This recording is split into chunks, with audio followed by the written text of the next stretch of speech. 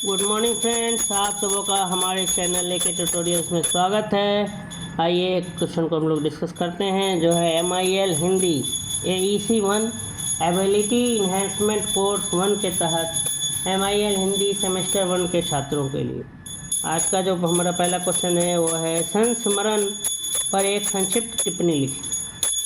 Question number 26 हम लोग discuss कर रहे हैं। इससे पहले के सवालों को हमने अलग अलग वीडियोज़ में डिस्कस कर लिया। अगर आपने अब तक नहीं देखा है तो हमारे चैनल को सब्सक्राइब कर लीजिए AK ट्यूटोरियल्स।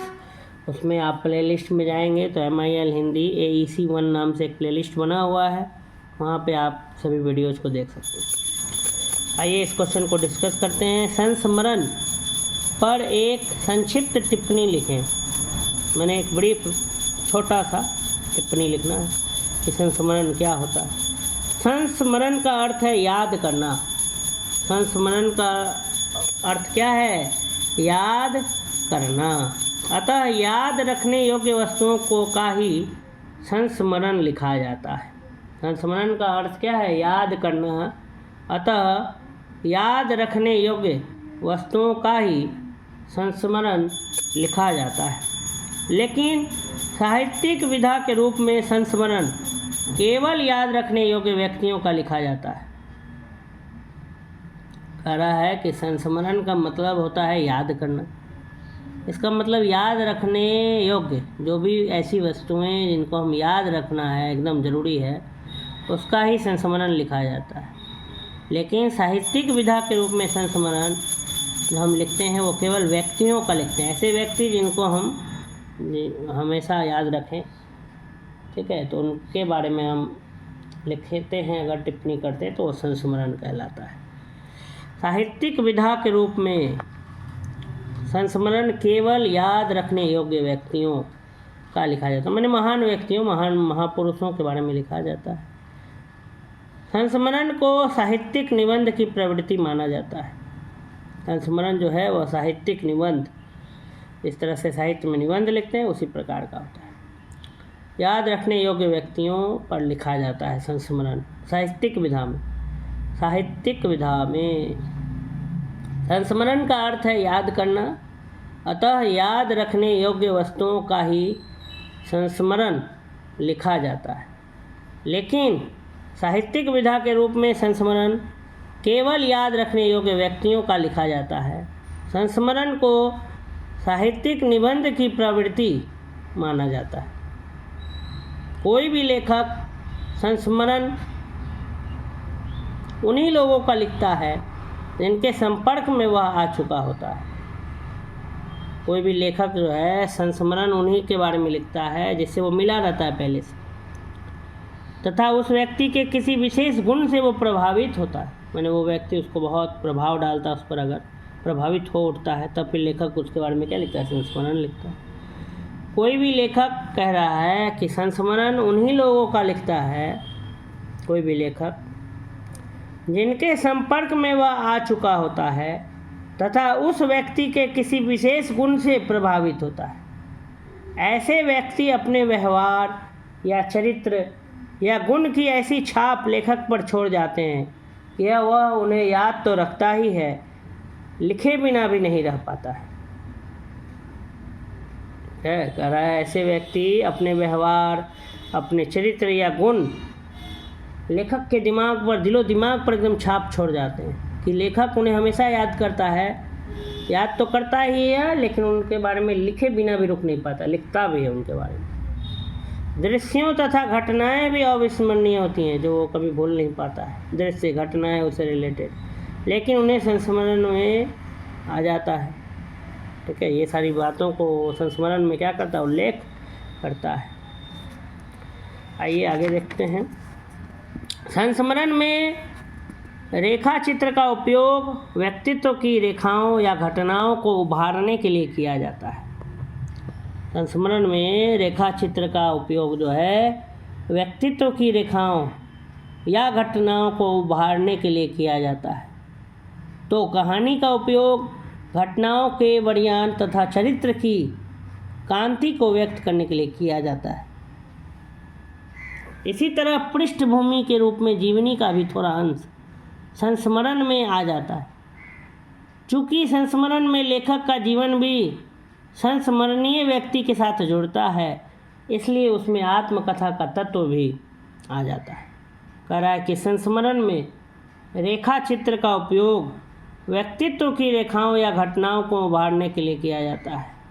कहानी का उपयोग घटनाओं का वर्णन और चरित्र की कांति को व्यक्त करने के लिए किया जाता है। इसी तरह पृष्ठभूमि के रूप में जीवनी का भी थोड़ा अंश संस्मरण में आ जाता है। चूँकि संस्मरण में लेखक का जीवन भी संस्मरणीय व्यक्ति के साथ जुड़ता है, इसलिए उसमें आत्मकथा का तत्व भी आ जाता है। लेकिन ये सारी विधाएं अर्थात कहानी, रेखाचित्र, जीवनी, आत्मकथा पूरक होते हैं और संस्मरणीय व्यक्ति के प्रभाव को पाठकों तक संप्रेषित करने के लिए, पाठकों तक भेजने के लिए उपयोग में लाए जाते हैं।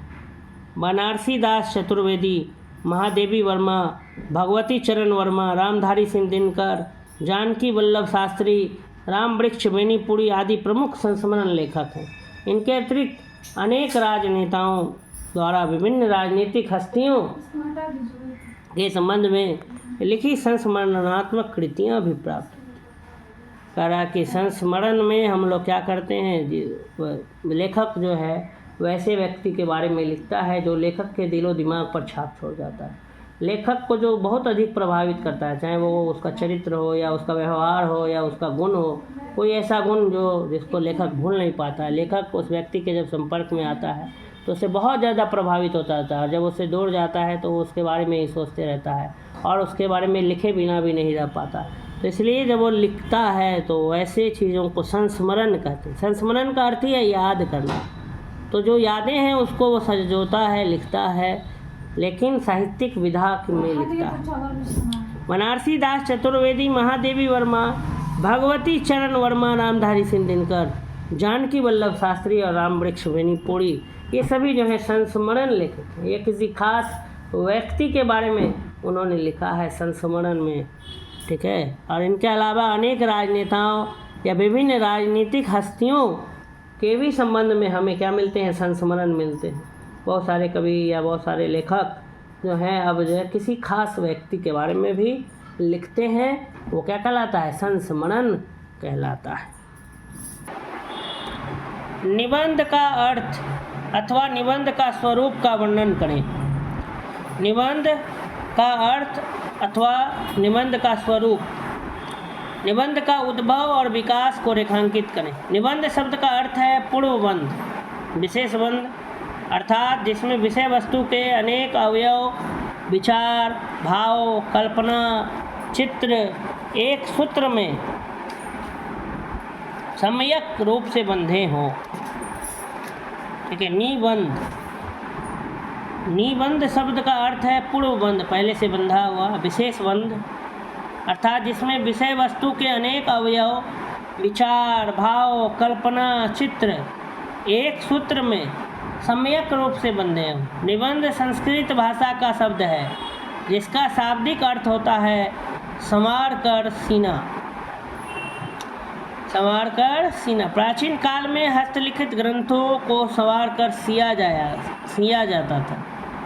इस प्रक्रिया को निबंध कहते थे, सीना। और समय के साथ निबंध शब्द ग्रंथ के लिए प्रयोग किया जाने लगा। वह ग्रंथ जिसमें विचारों को बांधा जाता था निबंध कहलाने लगा। कह रहा है कि पुराने ज़माने में जो हाथ से जो लिखा हुआ जो ग्रंथ होता था उसको एक जगह इकट्ठा करके सी दिया जाता था, इसलिए उसे निबंध किया जाता, बांध दिया जाता था। अब आज के ज़माने में कह रहा है कि हम विचारों को, आइडियाज़ को एक जगह कलेक्ट करके बांध देते हैं तो निबंध कहलाता है। किंतु आज निबंध अपने मूल और रूढ़ अर्थों से भिन्न अर्थ में प्रयुक्त होता है। अब यह अंग्रेजी के ऐसे शब्द का पर्याय हो गया है जिसका शाब्दिक अर्थ प्रयत्न, कोशिश, प्रयोग या परीक्षण होता है। निबंध गद्य में अभिव्यक्त एक प्रकार का स्वागत भाषण है जिसका मुख्य उद्देश्य अपने व्यक्तित्व को प्रकट करना है। निबंध लेखन में लेखक को केवल विचार की गंभीरता नहीं, सरसता लानी भी आवश्यक होती है तथा उसका निजी रूप अधिक स्पष्ट होता है। निबंध का आकार छोटा होता है, उसमें जीवन या समाज के किसी एक पक्ष की विवेचना रहती है। निबंध लेखन में लेखक का व्यक्तित्व, दृष्टिकोण बहुत अनिवार्य होता है और यही व्यक्तिगत दृष्टिकोण निबंध को लेख से क्या करता है, अलग करता है। इसी के फलस्वरूप निबंध में आत्मीयता का गुण आ जाता है। निबंध मूलतः कलाकृति है, इसलिए इसमें रोचकता, वैदग्ध, सरसता, हृदय स्पर्शिता आदि गुण आने चाहिए। निबंध शब्द का जो अर्थ है वह पूर्व बंध, विशेष बंध अर्थात जिसमें विषय वस्तु के अनेक अवयव, विचार, भाव, कल्पना, चित्र एक सूत्र में सम्यक रूप से क्या हो, बंधे हो। निबंध संस्कृत भाषा का शाब्दिक अर्थ है। इसका अर्थ है संवार कर सीना। प्राचीन काल में, पुराने समय में हस्तलिखित ग्रंथों को, हाथ से लिखा हुआ ग्रंथ को संवार कर सिया जाता था और इस प्रक्रिया को निबंध कहते थे। समय के साथ निबंध निबंध शब्द ग्रंथ के लिए प्रयोग होने लगा। वह ग्रंथ जिसमें विचारों को बांधा जाता निबंध कहलाने लगा। किंतु आज निबंध अपने मूल और रूढ़ अर्थों से भिन्न अलग अर्थ में प्रयुक्त होता है। अब यह अंग्रेजी के ऐसे शब्द का पर्याय हो गया है जिसका शाब्दिक अर्थ प्रयत्न, प्रयोग या परीक्षण होता है। निबंध गद्य में अभिव्यक्त एक प्रकार का स्वागत भाषण है जिसका मुख्य उद्देश्य अपने व्यक्तित्व को प्रकट करना है। निबंध लेखन में लेखक को केवल विचार की गंभीरता नहीं, सरसता लानी भी आवश्यक होती है, तभी उसका निजी रूप अधिक स्पष्ट होता है। निबंध का आकार छोटा होता है, उसमें जीवन या समाज के किसी एक पक्ष की विवेचना रहती है। निबंध लेखन में लेखक का व्यक्तित्व दृष्टिकोण बहुत अनिवार्य होता है और यही व्यक्तिगत दृष्टिकोण निबंध को लेख से क्या करता है, अलग करता है, भिन्न करता है। इसी के फलस्वरूप निबंध में आत्मीयता का गुण आ जाता है। निबंध मूलतः कलाकृति है, इसलिए इसमें रोचकता, वैदग्ध, सरसता, हृदय स्पर्शिता आदि गुण आने चाहिए। ये निबंध का अर्थ है, उद्भव। निबंध के तत्व या निबंध की विशेषताओं का वर्णन करें कि निबंध में क्या क्या तत्व हैं और उनकी क्या क्या विशेषताएं। तो निबंध के प्रमुख तत्व निम्नलिखित हैं। पहला, लेखक का व्यक्तित्व, दूसरा वैचारिक या भावात्मक आधार और तीसरा भाषा शैली। कह रहा है कि निबंध के प्रमुख तत्व तीन यहाँ दिखाए गए हैं। पहला, लेखक का व्यक्तित्व, दूसरा वैचारिक और भावात्मक आधार और तीसरा भाषा शैली। पहला है लेखक का व्यक्तित्व। जब कोई लेखक किसी विषय पर निबंध लिखता है तो उसमें उसका व्यक्तित्व भी आ जाता है। जैसे हजारी प्रसाद द्विवेदी का नाखून क्यों बढ़ते हैं निबंध, इसमें उनका सहज, सरल, आडंबर विहीन व्यक्तित्व स्पष्ट झलकता है। वैचारिक और भावात्मक आधार, इसका संबंध हृदय से है। निबंध लेखक अपने निबंध में या तो विचार की अभिव्यक्ति करता है या भावना का चित्रण करता है। चिंतामणि में आचार्य रामचंद्र शुक्ल का कविता क्या है, विचारात्मक निबंध है। और सरदार पूर्ण सिंह का मजदूरी और प्रेम शीर्षक निबंध भावात्मक निबंध का क्या उदाहरण है। वैचारिक निबंध का उदाहरण दिया है। ये कविता क्या है, आचार्य रामचंद्र शुक्ल के द्वारा लिखा गया। और मजदूरी और प्रेम ये शीर्षक निबंध जो है सरदार पूर्ण सिंह ने लिखा। ये भावात्मक निबंध का उदाहरण है। या तो विचार की अभिव्यक्ति होगी या तो भावना का। जिस निबंध से विचार का अभिव्यक्ति होगा वो वैचारिक आधार हो जाएगा और जिसमें भाव उत्पन्न होगा भावात्मक आधार होगा। भाषा शैली, उपन्यास, कहानी, नाटक के समान निबंध में भाषा शैली का महत्वपूर्ण स्थान है। निबंध की भाषा विषय के अनुरूप होनी चाहिए। गूढ़ और गंभीर विषय में संस्कृत निष्ठ भाषा का प्रयोग अच्छा रहता है। जैसे डॉक्टर नागेंद्र के रस विवेचन संबंधी निबंध। कई बार लेखक उर्दू अंग्रेजी शब्दों के मिश्रण से ही निबंध लेखन करता है। ऐसा करने से निबंध सहज, आसान और सरल हो जाता है।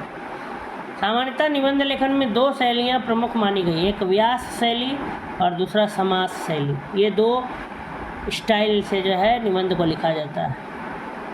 शैली अलग अलग स्टाइल्स होता है लिखने का, तो उसमें एक है व्यास शैली और एक है समास शैली। ये निबंध की दो शैलियाँ हैं।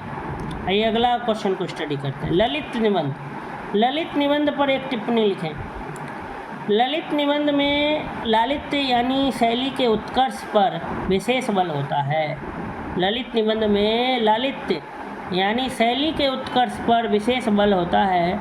निबंधकार अपने भावों और विचारों का सरस, अनुभूति प्रवण, आत्मीय, गैर रोचक शैली में अभिव्यक्त करता है। इस श्रेणी के निबंधकार सूक्ष्म विश्लेषण, जटिल वाक्य रचना, गहन चिंतन आदि से हटकर लिखते हैं। कुबेरनाथ, राम वृक्ष बेनीपुरी, भदंत आनंद, कौशल्यायन, ललित शुक्ल आदि के निबंध इस शैली में लिखे गए हैं। कुबेरनाथ का पहला निबंध संग्रह प्रिया नीलकंठी ने उन्हें ललित निबंधकार के रूप में प्रतिष्ठित किया। गंधमादन, रस आखेटक और निषाद बांसुरी उनके अन्य निबंध संग्रह हैं। केदारनाथ सिंह का कब्रिस्तान में पंचायत इसी कोटि का निबंध संग्रह। अन्य ललित निबंध लेखकों में कृष्ण बिहारी मिश्र, राम अवध शास्त्री, श्री राम परिहार आदि उल्लेखनीय है। श्री राम परिहार का आँच अलाव की, अंधेरे से उम्मीद, धूप का अवसाद प्रसिद्ध कृतियाँ। इनके ललित निबंधों की मुख्य विशेषता उनमें लोक रस की ललित अभिव्यक्ति। ललित निबंध पर एक टिप्पणी लिखना है तो ललित निबंध में लालित्य यानी शैली के उत्कर्ष पर विशेष बल होता है। निबंधकार अपने भावों और विचारों को सरस, अनुभूति प्रवण, आत्मीय, गैर रैचक शैली में व्यक्त करता है। इस श्रेणी के निबंधकार सूक्ष्म विश्लेषण, एकदम इंटेंसिव एनालिसिस करते हैं। जटिल वाक्य रचना, कॉम्प्लेक्स सेंटेंस का फॉर्मेशन, गहन चिंतन, एकदम डीपली एकदम चिंतन करना आदि से हट कर लिखते हैं। कुबेरनाथ, राम वृक्ष बेनीपुरी, भदंत आनंद, कौशल्यायन, ललित शुक्ल आदि के निबंध इस शैली में लिखे गए। कुबेरनाथ का पहला निबंध संग्रह प्रिया नीलकंठी ने उन्हें ललित निबंधकार के रूप में प्रतिष्ठित किया। गंधमादन, रस आखेटक और निषाद बांसुरी उनके अन्य निबंध संग्रह। केदारनाथ सिंह का कब्रिस्तान में पंचायत इसी कोटि का निबंध संग्रह। अन्य ललित निबंध लेखकों में कृष्ण बिहारी मिश्र, राम अवध शास्त्री, श्री राम परिहार, ये सब का नाम आता है। अंधेरे से उम्मीद, श्री राम परिहार का, फिर आँच अलाव की, फिर धूप का अवसाद, ये सब उनका क्या है, प्रसिद्ध कृतियाँ, ललित निबंध। ठीक है, इसमें लोक रस की ललित अभिव्यक्ति। नेक्स्ट है रेखा चित्र और संस्मरण में अंतर, या उसमें क्या डिफरेंस है वो बताना। रेखा चित्र यह नाम अंग्रेजी के स्केच शब्द का पर्याय है। स्केच चित्रकला का अंग है। चित्रकार कुछ गिनी चुनी रेखाओं द्वारा किसी व्यक्ति, वस्तु या दृश्य को चित्रित करता है। और साहित्य में जिसे रेखा चित्र कहते हैं उसमें कम से कम शब्दों में अपनी कथात्मक शैली द्वारा लेखक किसी दृश्य, वस्तु या व्यक्ति का वर्णन करता है। इसी कारण रेखा चित्र को शब्द चित्र भी कहते हैं। कह रहा है रेखा चित्र यह नाम अंग्रेजी शब्द का जो स्केच होता है, SKETCH, ठीक है, स्केच शब्द का पर्याय है। स्केच चित्रकला का अंग है। चित्रकार कुछ गिनी चुनी रेखाओं द्वारा किसी व्यक्ति, वस्तु या दृश्य को क्या करता है, चित्रित करता है। साहित्य में जिसे रेखा चित्र कहते हैं उसमें कम से कम शब्दों में अपनी कथात्मक शैली द्वारा लेखक किसी दृश्य, वस्तु या व्यक्ति का वर्णन करता है। इसी कारण रेखा चित्र को शब्द चित्र भी कहते हैं। रेखा चित्र किसी व्यक्ति, वस्तु, घटना या भाव का कम से कम शब्दों में मर्मस्पर्शी, भावपूर्ण और सजीव अंकन है। कह रहा है रेखा चित्र जो है, ठीक है, किसी व्यक्ति, वस्तु, घटना या भाव का कम से कम शब्दों में मर्मस्पर्शी, भावपूर्ण और सजीव अंकन है। रेखा चित्र और संस्मरण दोनों ही हिंदी साहित्य की नवीन विधाएं हैं, हिंदी लिटरेचर की नई विधाएं। जब किसी व्यक्ति, वस्तु या घटना का ज्यों का त्यों वर्णन किया जाता है तो उसे रेखा चित्र कहते हैं। लेकिन जब लेखक अपने या किसी अन्य व्यक्ति के जीवन में बीती घटना अथवा दृश्य का स्मरण कर, याद कर उसका वर्णन करते हैं तो उसे संस्मरण कहते हैं। ठीक है, कह रहा है रेखा चित्र किसी व्यक्ति, वस्तु, घटना या भाव का कम से कम शब्दों में मर्मस्पर्शी, भावपूर्ण और सजीव अंकन। रेखा चित्र और संस्मरण दोनों हिंदी साहित्य की नई विधाएं हैं, नवीन विधाएं। जब किसी व्यक्ति, वस्तु या घटना का ज्यों का त्यों एकदम वर्णन किया जाता है तो उसे रेखा चित्र कहते हैं। लेकिन जब लेखक अपने या किसी अन्य व्यक्ति के जीवन में बीती घटना अथवा दृश्य का याद करके उसका वर्णन करता है तो उसे संस्मरण कहते हैं। डॉक्टर नागेंद्र के अनुसार मेरी धारणा है कि संस्मरण और रेखा चित्र में किसी प्रकार का विरोध नहीं, वास्तव में उनकी जाति एक ही है। संस्मरण रेखा चित्र का एक प्रकार मात्र है जिसमें किसी वास्तविक व्यक्ति का स्मृति चित्र होता है। डॉक्टर सत्येंद्र के अनुसार संस्मरण को रेखा चित्र और रेखा चित्र को संस्मरण से पूर्णतः मुक्त, पूर्णतः अलग नहीं माना जा सकता। डॉक्टर विश्वम्बर नाथ उपाध्याय के अनुसार संस्मरण और रेखाचित्र की विधाएं एक दूसरे में ही समाविष्ट होती चलती हैं। इन दोनों में भेदक तत्व सिर्फ भावात्मकता की मात्रा है। संस्मरण और रेखाचित्र एक से लगते हुए भी अलग हैं। संस्मरण में लेखक का स्व अधिक प्रबल होता है। यह आत्मलिप्त होकर उन्मुक्त भाव से अपनी स्मृति को, अपनी यादों को विस्तार में लिखता चला जाता है। परंतु रेखा चित्रकार के लिए तटस्थता अनिवार्य होती है। वह वर्ण, व्यक्ति, वस्तु या घटना के साथ एक सीमा तक ही छूट ले पाता है। यह सच है कि संस्मरण और रेखाचित्र के बीच कई बार तार्किक रेखा खींच पाना मुश्किल हो जाता है। फिर भी कुछ अंतर इस प्रकार है। पहला, संस्मरण जो है केवल अतीत का हो सकता है, पास्ट का होता है, जबकि रेखा चित्र के संदर्भ में ऐसा नहीं है, वह वर्तमान का भी हो सकता है। रेखा चित्र में शिल्प के निरूपण, गठन पर अधिक ध्यान दिया जाता है, जबकि संस्मरण में आंतरिकता का पुट होता है। संस्मरण उसी व्यक्ति या घटना आदि पर लिखा जाता है जिसके साथ हमारा व्यक्तिगत संबंध होता है, और लेखक के अतीत की स्मृतियाँ, यादें साकार होकर उसे संस्मरण लिखने को क्या करती हैं, प्रेरित करती है। और रेखा चित्र की शैली समास परक होती है और संस्मरण की व्यास परक। कारण स्पष्ट है कि संस्मरण में भावात्मकता अधिक होती है, इमोशन अधिक होता है, पर इसका अर्थ यह नहीं है कि लेखक कल्पना का सहारा लेता है। लेखक अपने ही स्मृति का सहारा लेता है। लेखक का अगर कोई व्यक्ति से मिला है तो उसके बारे में ही वो लिखता है, अपनी मेमोरीज़ को ही वह बताता है। वो क्या कहलाता है, संस्मरण कहलाता है। तो रेखा चित्र की शैली समास परक होती है और संस्मरण की व्यास परक। कारण स्पष्ट है कि संस्मरण में भावात्मकता अधिक होती है, पर इसका यह अर्थ नहीं है कि लेखक कल्पना का सहारा लेता है। अगला सवाल है, बढ़ते हैं नेक्स्ट क्वेश्चन की तरफ। महावीर प्रसाद द्विवेदी का साहित्यिक अवदान। द्विवेदी जी को हिंदी साहित्य में युग प्रवर्तक की ख्याति प्राप्त। द्विवेदी जी जो हैं, महावीर प्रसाद द्विवेदी, उनको हिंदी साहित्य का क्या माना जाता है, प्रवर्तक माना जाता है, हिंदी लिटरेचर का प्रवर्तक।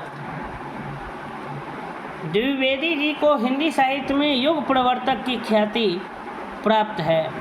हिंदी गद्य को परिमार्जित एवं व्याकरण सम्मत बनाकर एवं परिपुष्ट करने में अपने अमिट योग दिया। यही इन्हें अपने निबंध साहित्य में प्रांजल अभिव्यक्ति, विश्व वैविध्य और समालोचना का पुट देकर उनकी सीमाओं का क्या करता है, विस्तार करता है।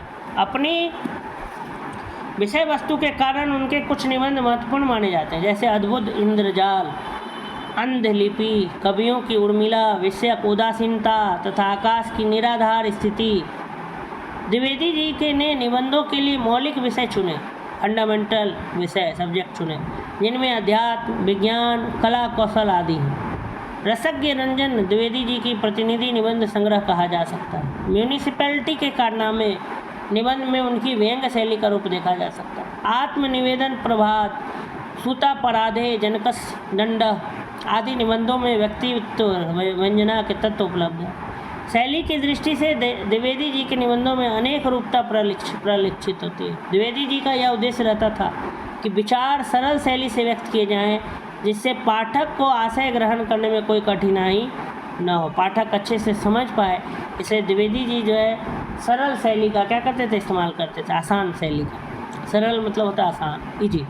विचारात्मक तथा गंभीर विषयों पर लिखे गए उनके निबंध तत्सम प्रधान, संश्लिष्ट पदावली से परिपूर्ण, व्यवहारिक और व्यंग्यात्मक। व्यंग्य माने होता है हंसी, उपहास करना, मजाक करना, मजाकी अंदाज में। तो व्यवहारिक, प्रैक्टिकल और व्यंग्यात्मक विषयों पर लिखे उनके निबंध सरल, प्रचलित, तद्भव शब्दों से गुंफित रहते हैं। तत्सम, तद्भव, ये सब शब्द होता है, ठीक है। देशज और विदेशज, ये 4 प्रकार के शब्द होते हैं। व्याकरण में आप जाकर के जरा देख लेंगे कि तत्सम किसे कहते हैं, तद्भव किसे कहते हैं। तो प्रचलित तद्भव शब्दों से भरे हुए रहते हैं। कभी कभी द्विवेदी जी दृष्टांत के द्वारा अप्रस्तुत योजना का सुंदर रूप क्या करते हैं, खड़ा करते हैं। तो ये थे महावीर प्रसाद द्विवेदी जी का साहित्यिक अवदान। तो द्विवेदी जी को हिंदी साहित्य में युग प्रवर्तक के रूप से जाना जाता है। युग प्रवर्तक की ख्याति फेमस वो युग प्रवर्तक से हुई। हिंदी गद्य को परिमार्जित एवं व्याकरण सम्मत बनाकर एवं परिपुष्ट करने में इनका बहुत बड़ा योगदान है। इन्होंने निबंध साहित्य में भी प्रांजल अभिव्यक्ति, विषय वैविध्य और समालोचना का पुट देकर उसकी जो सीमाएं थी, उसकी जो बाउंड्रीज थी, उसको एक्सटेंड करने का काम किया, सीमाओं का विस्तार किया। अपनी विषय वस्तु के कारण उनके कुछ निबंध बहुत महत्वपूर्ण माने जाते हैं, जैसे अद्भुत इंद्रजाल, अंधलिपि, ये सब महावीर प्रसाद द्विवेदी का साहित्यिक क्या था, अवदान था। इस प्रकार से ये वीडियो को हम यहीं पर क्या करते हैं, समाप्त करते हैं। अगर आपको ये वीडियो अच्छा लगा तो आप वीडियो को लाइक करें, चैनल को ज़रूर सब्सक्राइब करें और अधिक से अधिक लोगों तक वीडियो को शेयर करें, जिससे कि बहुत से बहुत लोगों को फ़ायदा हो। धन्यवाद।